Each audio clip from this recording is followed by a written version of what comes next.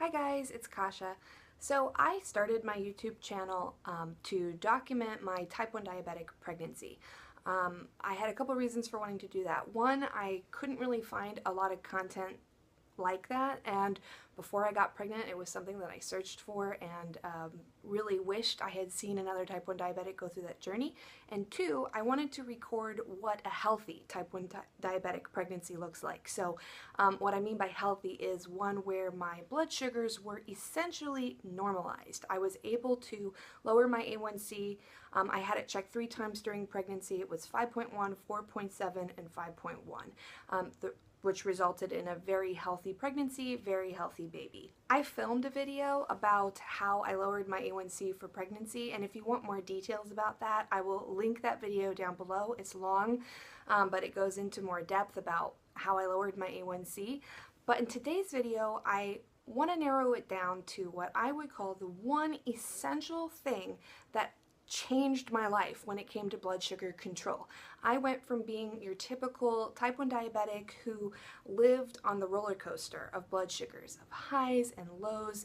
You eat a meal, you get high, you correct for the high, you get low, and it's just this constant life of ups and downs, like very high highs, like 200, 300, 400, and then crashing lows. In my mind, there is one thing that I learned from Dr. Bernstein's book, Diabetes Solution, which again I talk more about in my other video, that I credit with being able to change my mentality about how I treated my blood sugars, and ultimately the main thing that helped me normalize my blood sugars, and that is something Dr. Bernstein refers to as the law of small numbers.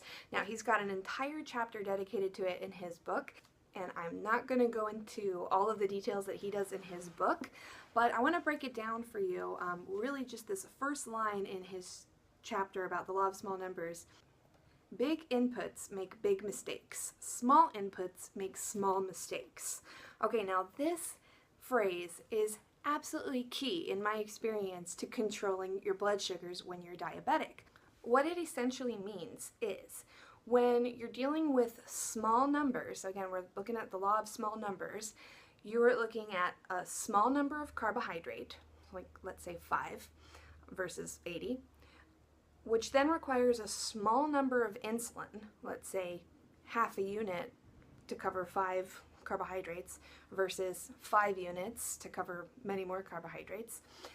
Which means that your margin of error, so your margin of making a mistake on either side of that is going to be very small. Now, let me rephrase that. When you eat a meal that has many carbohydrates, so let's say 80 plus, 70 plus carbohydrates, you eat a big bowl of pasta or pizza, which by the way is something that if you're on an insulin pump at least, doctors will tell you you can eat as many carbs as you want. You just have to calculate the carbohydrate and give yourself the correct bolus, and then your numbers will respond accordingly. Now, if you live with the disease and you have an insulin pump, you know that that's not the case. It does not work perfectly. You do live on a constant roller coaster if you live that way.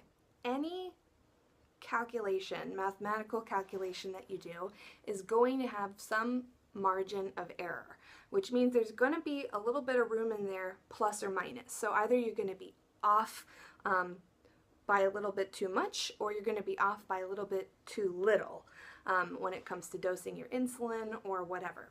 If you eat 80 carbs and you're taking 5 units of insulin, that mistake could result in a huge consequence. So if you're off by just a little bit and the number you start with is high already, then that means your post-meal blood sugar could be as high as 250 or as low as 60, right? It could be way off in either direction. Now, if you start with 5 carbohydrates, that's all you're eating, even if you have that same margin of error, proportionally it's much smaller.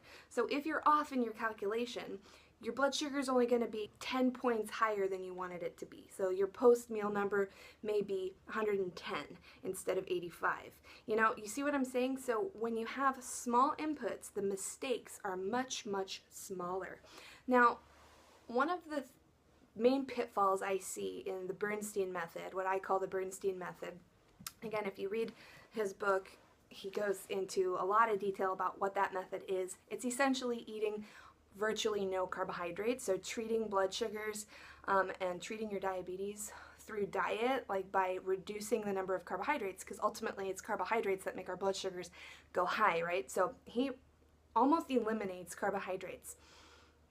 The main pitfall that I see in that is that it is so hard to do, especially in with our modern Western American diet, and just, you know, it's not always sustainable to completely eliminate carbohydrates from your life. So what I wanted to pass along to my viewers today is just to keep in mind this law of small numbers, and it doesn't mean that you have to go all in. It doesn't mean that you have to completely get rid of every single piece of bread or every single grain of rice that you eat.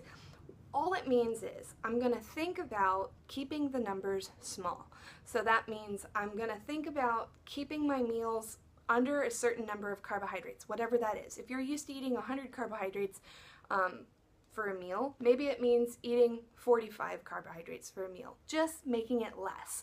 And at least in my experience, simply by reducing the number of carbs that you eat significantly impacts your control of your blood sugar. So even if you don't want to be an absolute perfectionist about this, and believe me, I am the last person to say that I was a perfectionist with this method. During pregnancy, I was much more strict, but now that I'm not pregnant, believe me, I understand the pitfalls. This is a very difficult diet to sustain 100% of the time. However, even when I'm on not doing it 100% correctly, I still keep that law of small numbers in my mind, and my blood sugars are better than they ever have been.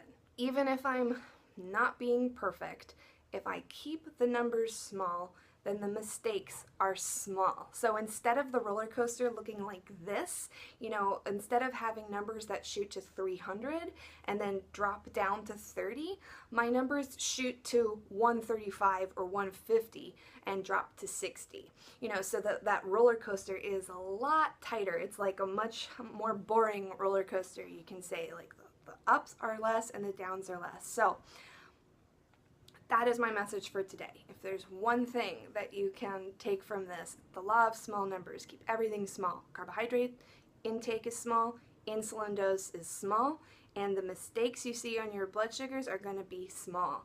Alright guys, I hope I explained that well enough. If not, ask your questions down in the comments and I will respond to those.